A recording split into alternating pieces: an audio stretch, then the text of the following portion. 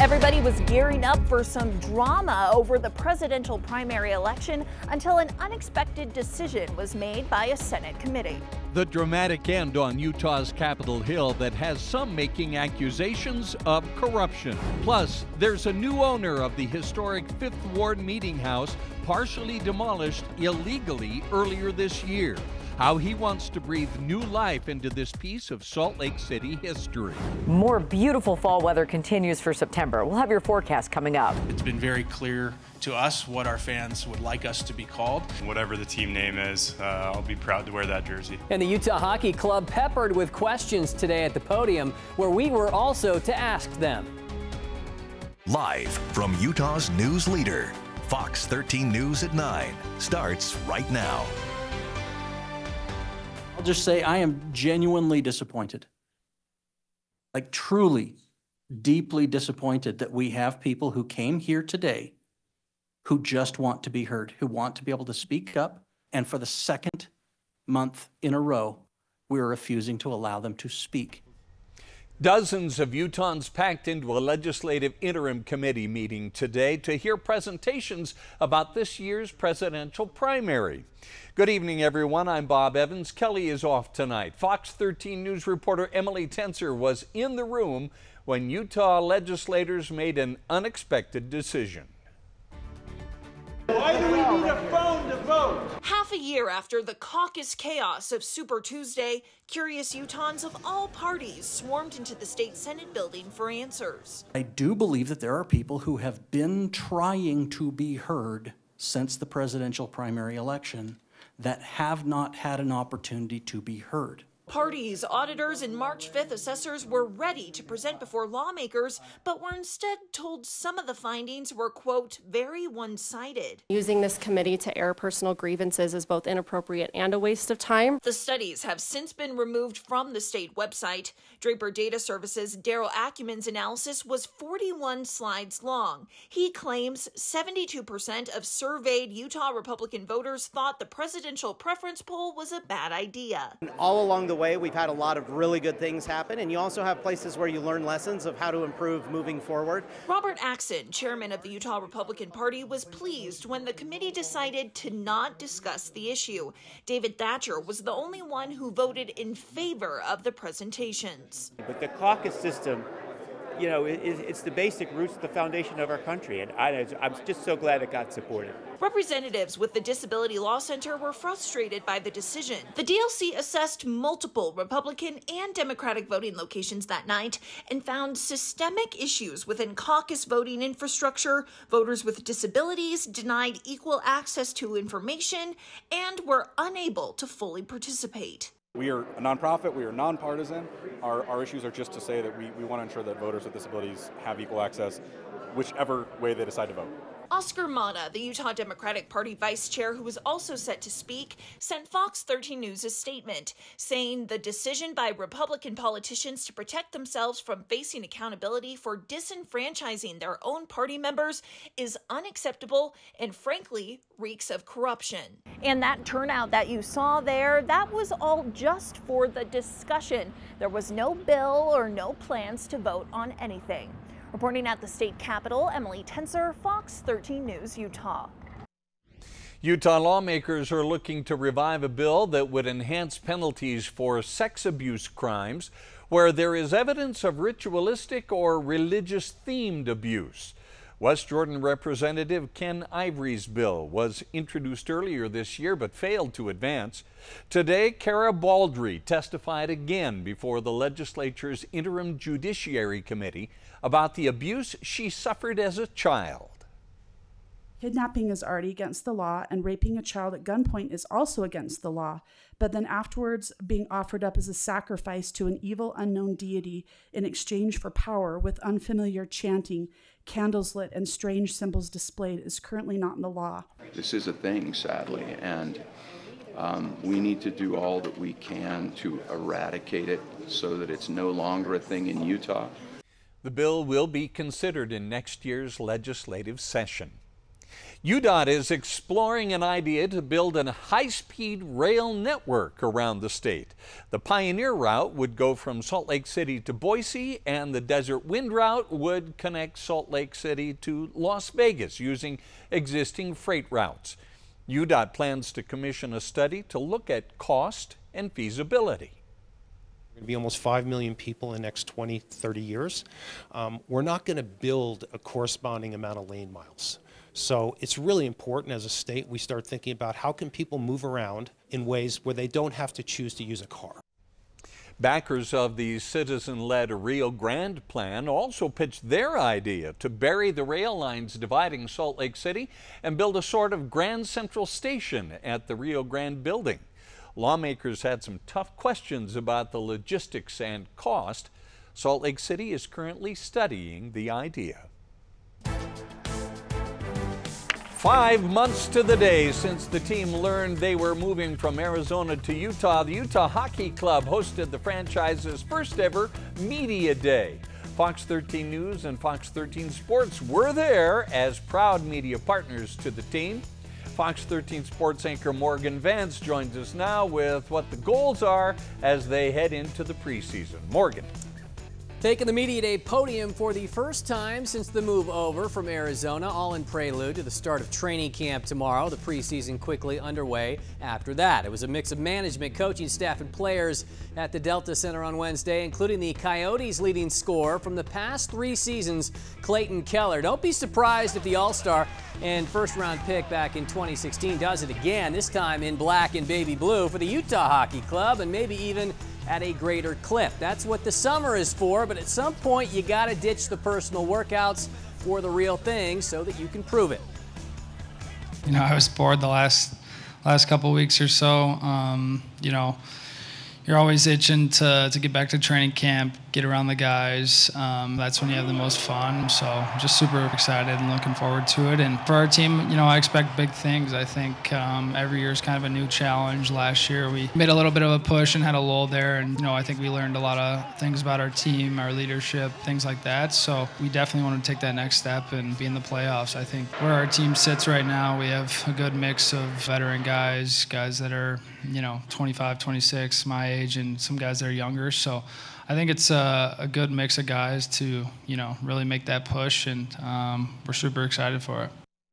Think for a second about the speed in which this whole thing has come together. The move from the desert to the mountains had been rumored for some time, but didn't become official until April, leaving the new ownership team a mere 5 months to get to this point. Here's Jeff Rainier. 5 months ago, Ryan and Ashley Smith flew to Arizona and told the Coyote players the team is moving to Utah. A few days after that, they had a press conference here at Delta Center. Gary Bettman was in attendance, and Ryan and Ashley said they're all in with the Utah Hockey Club. I talked to General Manager Bill Armstrong earlier today and asked him how that support has helped him build this team. I can't tell you, like, being scared from the first day we arrived to where we are now, you know, and to see the way that they worked and the support that they've given us. You know, I'll tell you a thought I had the other day as I walked through the dressing room, and I know this is going to sound bad, but I'm going to say it anyways. I was like, wow, we're really an NHL team. This dressing room is absolutely spectacular. And there's so many people behind the scenes that I can't tell you that just crushed it. And it looks like it's all pulled off so easy, you know, like everything just magically appeared. We are grateful. I think that excitement's going to roll right into opening night for us. The season is here. Training camp starts tomorrow. The first preseason game on Sunday, and the first preseason game here at Delta Center on Monday, and you can watch that game on our partner station, Utah 16. With the Utah Hockey Club at Delta Center, Jeff Rainier, Fox 13 Sports Utah. Yeah, I'll be back again in sports with more from the hockey guys, plus RSL in play as well. Morgan, thanks so much. I was shooting a youth hockey story tonight and was indoors for a couple of hours at the ice rink up on the hill. And I got to tell you, Dina, when I walked outside, I was hoping to get warmed up. No. Not so much. Not so much. You know, it was the coldest morning since May 1st. So it's definitely feels a lot different out there. And it's beautiful. What a great day. It feels like fall everywhere. Here's a view from Boulder Mountain in central Utah over by Escalante. Just gorgeous. Look at that, the aspen trees. What a beautiful place to be over by Torrey and Boulder, and you've got some great weather the next few days as well. 62 degrees now in Salt Lake City, 63 in Ogden, 62 in Provo. Boy, it feels like fall, and it's going to stay that way for the next few days. Isn't that exciting? We had a few high clouds today. Looking at that visible picture, you see some of those puffy clouds along the spine of the Wasatch here, and some clouds off to our west, but generally tonight it's pretty clear out there, so we can continue with our fall feelings, if you want to put it that way. It's going to be pretty nice the next few days here. Sunny days ahead, but a few showers in southern Utah on Friday and overnight into Saturday morning, but really most places going to be a very pretty weekend all around. We're in the 60s now here in Salt Lake City, 45 at Bryce. Crisp air, gotta love it, and 77 in St. George. We'll do it again tomorrow, so temperatures will tumble down to around 50 degrees, and then we'll be in the 70s again. We'll take a full look at your forecast straight ahead. The Fed is essentially declaring victory on inflation. The Federal Reserve makes its first interest rate cut in more than 4 years. How it could impact you. At first, my ear was just popping over and over and over, and then I got like a stabbing sensation. I felt like I was being stabbed in my ear. Terrifying moments in the skies, minutes after takeoff from Salt Lake City International Airport. How Delta Airlines is responding. Plus, with less than 2 months to go to November's general election, we have reaction from Weber State students getting ready to vote for the first time. And after nearly 20 years, a massive playground is now open in Lehigh. We'll take you there. In national news, Sean Diddy Combs is appealing a federal judge's decision to keep him behind bars without bail. A federal indictment accuses Combs of a massive racketeering and sex trafficking scheme. Prosecutors say Combs and others engaged in crimes including sex trafficking, forced labor, kidnapping, and arson. Combs pleaded not guilty yesterday. He's being held by himself at the Special Housing Unit in the Metropolitan Detention Center in Brooklyn. Today, the Federal Reserve cut its benchmark interest rate for the first time since 2021. The cut by a ½ percentage point had been hinted at by Jerome Powell, the chairman of the Federal Reserve. If the economy evolves as expected, the median participant projects that the appropriate level of the federal funds rate will be 4.4% at the end of this year and 3.4% at the end of 2025. Wall Street reacted immediately with the Dow jumping more than 100 points, but then retreating. All three major indexes ended in the red today. Robert Spendlove, an economist at Zions Bank, expects interest rates to come down by 2 percentage points by the end of next year. The Fed moving away from encouraging people to save more, and now they're encouraging people to borrow more. That's the risk of them going too fast or going too far, is that they'll reignite that inflation. To hear that the rates have gone down below 5% is like a dream come true. Annie Trujillo, the Salt Lake realtor you just heard from, says this rate cut could entice more people to enter the housing market, and that could lead to home prices going up even further. Tonight in the path to the White House, a new poll shows former President Donald Trump with a leg up on one of voters' top issues. This as Vice President Kamala Harris picks up more major endorsements. Scripps News anchor Maritza Giorgio reports. A new Scripps News Ipsos poll finds Donald Trump polling more favorably with voters on the issue of immigration. Trump has a 10-point lead over Kamala Harris on who respondents think would do a better job on immigration. A majority of respondents, 54%, said they support mass deportations, something Trump has pledged to do if elected. Support for that policy was highest among Republicans and independents, but included about 1 in 4 Democrats. But I will stop the Kamala crime wave, and we will do everything we can. We're going to get these violent criminals behind bars. We're going to get them out of our country. We're going to take them back to the country from which they came. In Washington, Harris delivered remarks at a luncheon hosted by the Congressional Hispanic Caucus, the speech following a major endorsement from 100 Republican former national security officials. In their letter of endorsement, the officials said Donald Trump, quote, cannot be trusted to support, defend, and uphold the Constitution. We are voting for Kamala Harris and Tim Walz because they are fighting to protect our reproductive freedom, our planet, and our democracy. And Grammy Award-winning singer Billie Eilish also urging her fans to vote for Harris in a post on Instagram Tuesday night. But in a blow to both campaigns, the International Brotherhood of Teamsters announced it would not endorse either candidate this election cycle. The union backed Biden in 2020. Maritza Giorgio, Scripps News. With the general election less than 2 months away now, students at Weber State University say there has been a lot of energy and mixed feelings this election cycle. Today, the League of Women Voters in Weber County hosted a voter engagement workshop on campus and says they've had more registrations than ever before. Many people have been coming to them trying to register, and they have been successful at multiple events. Gabby Chavez just turned 18 and is voting for the first time this November. Her parents immigrated to Utah from Venezuela. Every vote counts. So I feel like if I weren't to vote, like my vote would be wasted. And I feel like it'd be a weight on my shoulders, like if I didn't vote, like, oh, I feel like I could have changed that. The League of Women Voters plans to host voter education events through Election Day.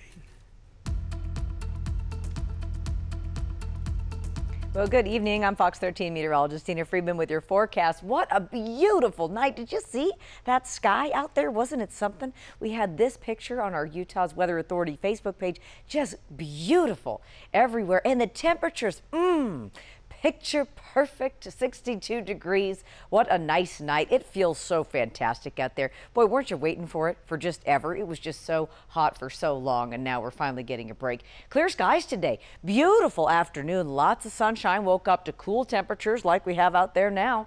62 in Salt Lake. It's 57 in Logan and 62 degrees in Provo. It's cool in Bryce Canyon where it's 45, and we're still at 77 in St. George. What a gorgeous day everywhere. Beautiful temperatures. Our high temperature today hit 73. Wasn't that fantastic? 80 is the average high, and our record high is 94. So we're nowhere near that, which is great news. Well, here's some other cool information. It's actually some precipitation info. But last time we hit a low temperature at 50 degrees. You know when that was? It was on May 1st. That was a long time ago. And in September so far, we've only had about 4/10 of an inch of rain. Average is about 1 inch. But here's some interesting stats. It's not the driest September ever. We had some really dry September in 1890 and 1899 where we only had a trace of precipitation. And you know the wettest Septembers ever? Wow. 1982, that was a big year, 82, 83. And then in 1878, look at that.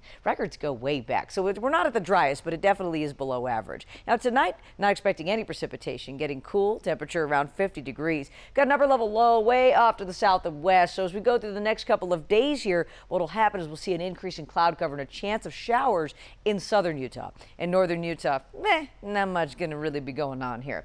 50 degrees tonight, clear skies, nice, cool. Cold in a few places. Look at this. Ely 34 and 38 in Milford. So a few of you cooling off tonight, and tomorrow another really nice day tomorrow at 76 degrees here in Salt Lake and 78 in Provo, 86 in St. George. Wow, just picture perfect, great weather all across the state tomorrow and beautiful temperatures. So in southern Utah, you have that chance for the isolated storms there with that upper level system scooting on by on Friday and into Saturday. So an increase in clouds, but temperatures pretty comfortable. Around 85 to 90 degrees. And in northern Utah, we're going to do it. We're going to stay in the 70s for just a few more days. Look at that, for 5 more days. And then it only is around 80 degrees. Isn't this what you've been waiting for? Temperatures around 50 in the morning, 70s in the day with just a mix of sun and clouds. So a really nice forecast, and more fall weather is going to bring us all the way through the weekend. We'll be right back.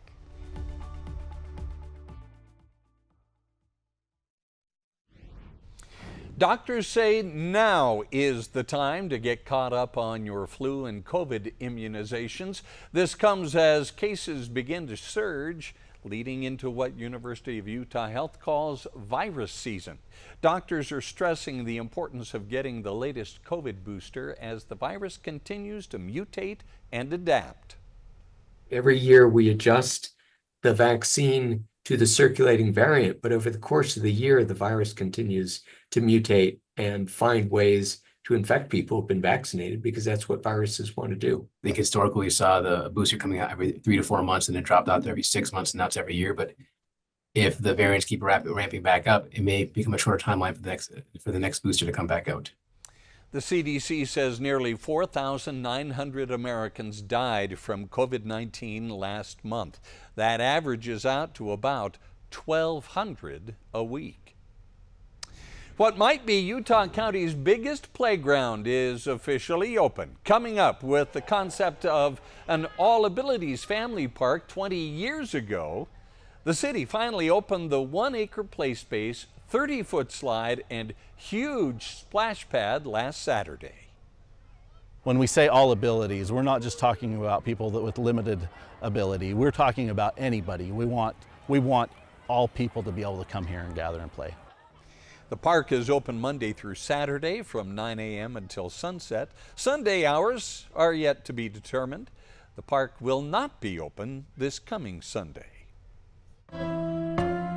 We talked to the owner of the old Fifth Ward building. Hear his plans and how the community can get involved. And he loves every single one of us, and we love him, and we'll do anything whatever it takes to get him back.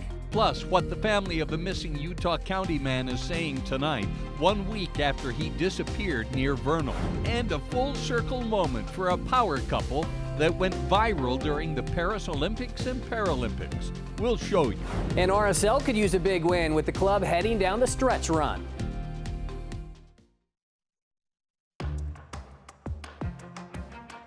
Six months after the unauthorized demolition of the old Fifth Ward building, the owner has a plan and wants community involvement. I'm Fox 13 investigative reporter Nate Carlisle.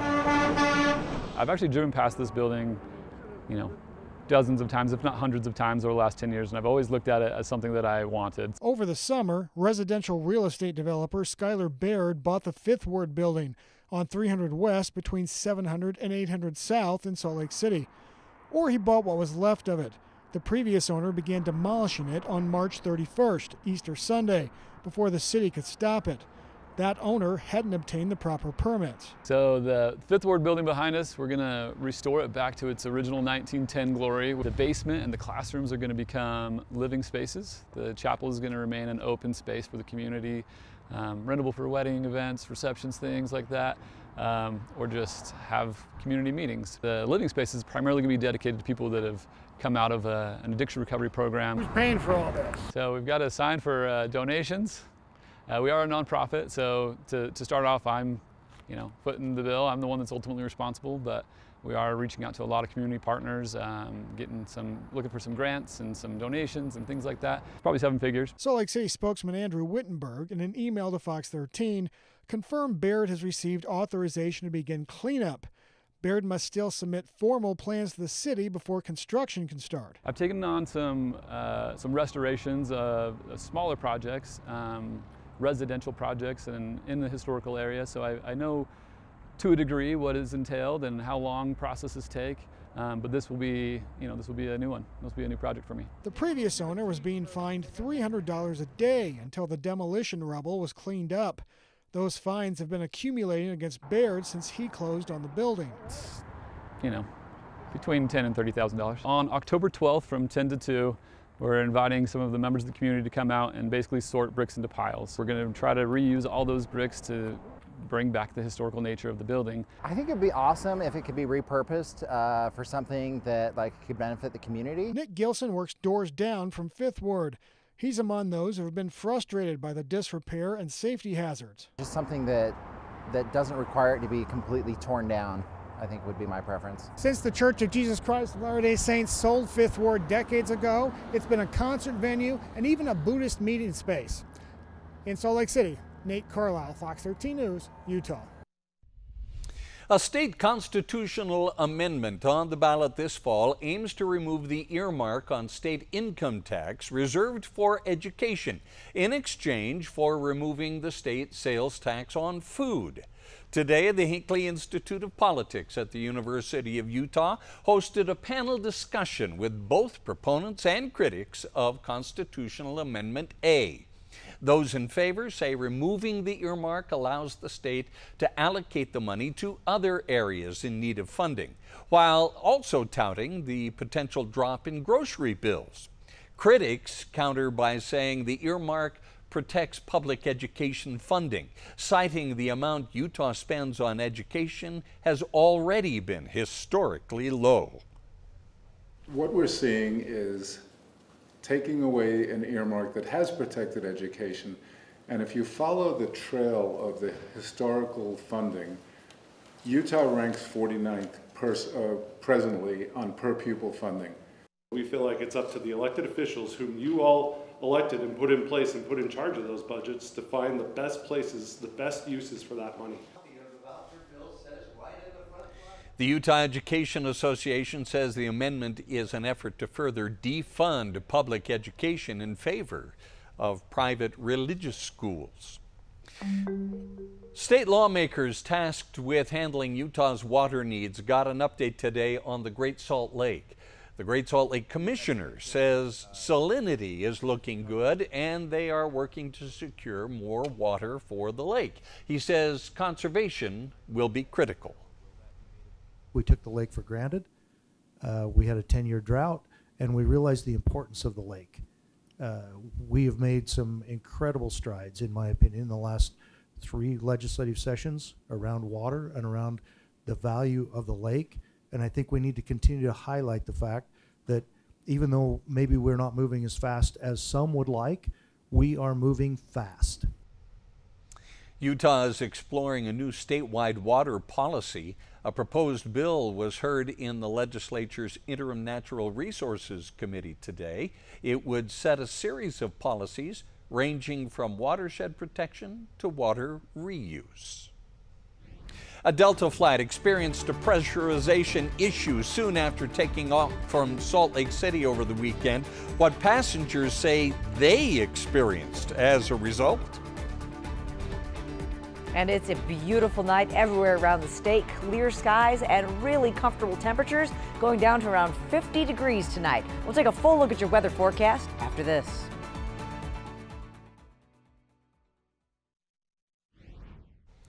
The search continues for a missing Utah County man who vanished last week. 44-year-old Blaine Parkin was last seen on September 11th in the Payson area, but his camper shell was found abandoned in Uintah County. Fox 13 News spoke with his brother Jeremy this evening. He says Blaine was the kind of guy who would stay busy and was willing to help anybody. He absolutely loves his kids. He's got 3 kids, and they're his world. And I actually, this last Monday was his middle boy's birthday, and I went and celebrated his birthday with him, but Blaine wasn't there, and that's just not like Blaine, to not be there for his birthday, and that was pretty hard. If you have seen Blaine Parkin or know where he is, call the Utah County Sheriff's Office. We're getting new details about a pressurization issue on a Delta Airlines flight from Salt Lake City last Sunday. Passengers say they started to feel pain shortly after the flight departed, with the intense cabin pressure causing bloody noses and ear pain for several people. The plane returned to Salt Lake and was met by medical personnel. No serious injuries were reported, but 10 passengers needed evaluation or treatment. Some of those passengers spoke to Inside Edition. At first, my ear was just popping over and over and over, and then I got like a stabbing sensation. It felt like I was being stabbed in my ear. Kept building that pressure, almost like someone squeezing a stress ball and never letting go. It hurt so bad, I started crying. To realize that many people had blood coming out of their ears and some out of their noses was pretty unsettling.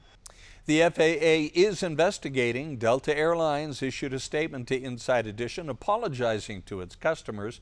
The plane was taken out of service while the pressurization problem was fixed. It was back in the air the following day. You can catch Inside Edition weeknights here on Fox 13 at 6 p.m. Coming up, we'll take you inside the University of Utah Reading Clinic as we continue our series highlighting the importance of childhood literacy with our If You Give a Child a Book campaign.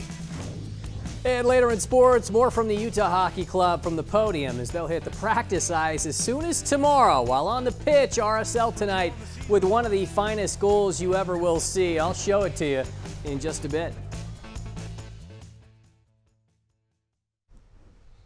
You know, sometimes students just need a little extra help to boost their reading skills. A free resource in Murray not only provides one-on-one support for readers, but teachers in the classroom as well. In conjunction with our If You Give a Child a Book campaign, Fox 13 News anchor Robin Oginye is highlighting the importance of childhood literacy in the month of September. Here's the 4th installment of her 5-part series. It's amazing how these letters with their own sounds make words. Those words make sentences, and those sentences lead to our favorite songs, movies, and of course, books. But sometimes formulating those words isn't as easy as ABC, like the famous melody says. Lucero Bello is a mom to 2 students who can attest to that. As they were learning sounds of letters, they were having a hard time putting them together. They were struggling recognizing the sounds and how they could put them together. And it wasn't easy. Their decoding, as I got told, wasn't there yet, and they had to learn. It's kind of difficult to watch your child struggle with something like that. Absolutely. It really tests your family and their confidence. You can see their little faces being excited to go to school, but all of a sudden they kind of pull themselves away from being even involved in their classroom because they're going to be judged. They don't want to be told that they're, I guess, dumb in a sense from other kids or slow per se. That all changed when Lucero found help in her own backyard. We got in, and crossed my fingers they were able to do the intervention and tutoring through them. Through the University of Utah Reading Clinic. The University of Utah Reading Clinic was created by the legislature in 1999 as a way to support families and educators in students' quest to not only read, but read well. Through offering in-person and virtual tutoring, families have options to get their readers help tailored to their needs. We use some different assessments than the schools are typically using.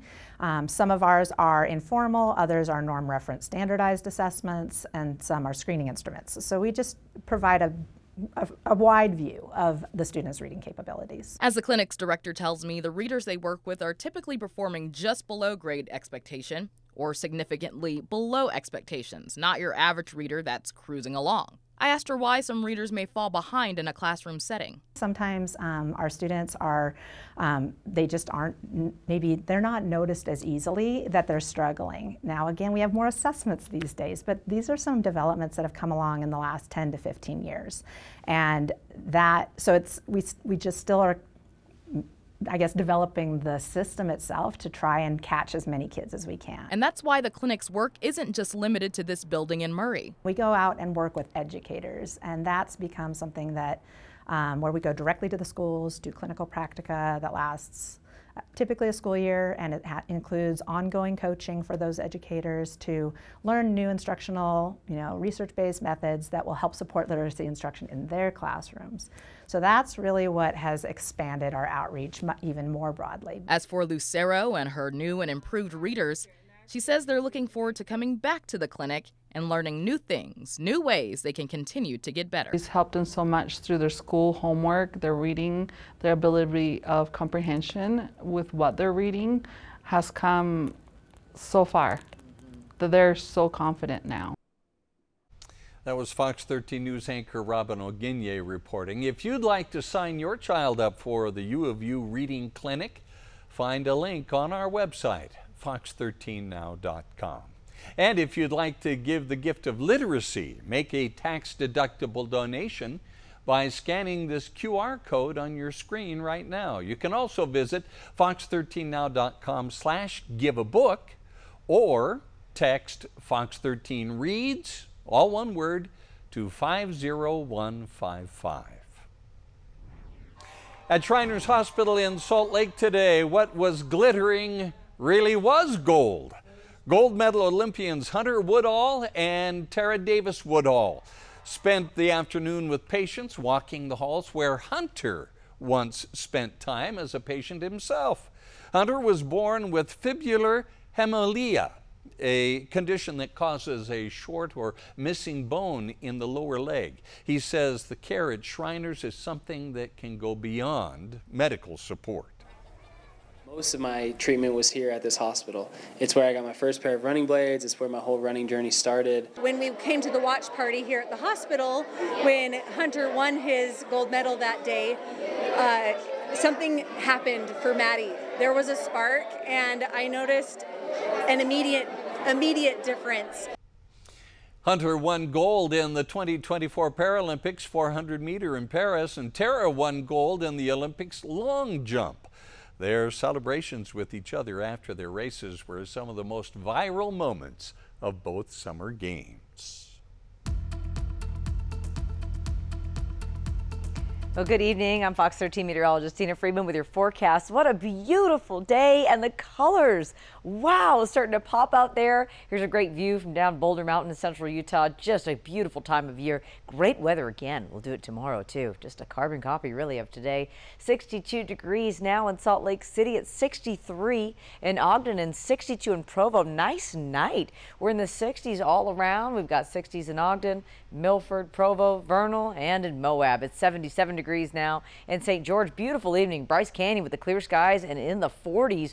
We'll tumble down again into the 50s tonight, so about 50 degrees when we wake up tomorrow morning. So it should be very similar to what we experienced this morning. Now today's high temperature only hit 73. Wow. Average high at about 80, so definitely really comfortable. And our sunrise now, still a little bit late at 7:12 a.m. in the morning. All right, so it is really cool out there. So when was it this cold last time? So the last time we had a temperature that was around 50 degrees in the morning was May 1st. So it has been quite some time. So if you went outside and abruptly thought, oh wow, it feels really different out here, you were absolutely correct.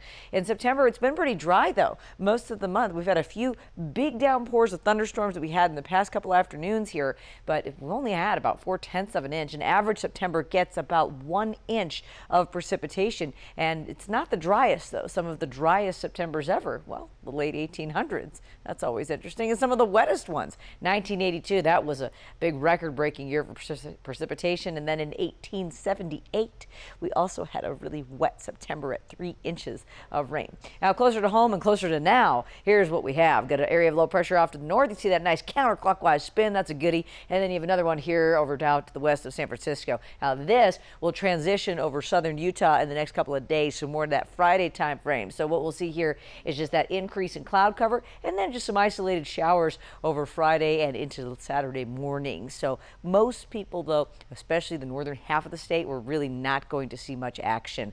Overnight clear skies all around. 41 in Park City tonight and 50 in Salt Lake City. 46 in Price tonight, and we'll be in the 50s in St. George, and tomorrow we'll be in the 80s again. So up to about 86 degrees in southern Utah, 70s in the middle part of the state, and up to 76 in Salt Lake City. Boy, what a perfect day. You know, if you've got a flexible schedule and you can get out and get after it, boy, tomorrow's just going to be top notch.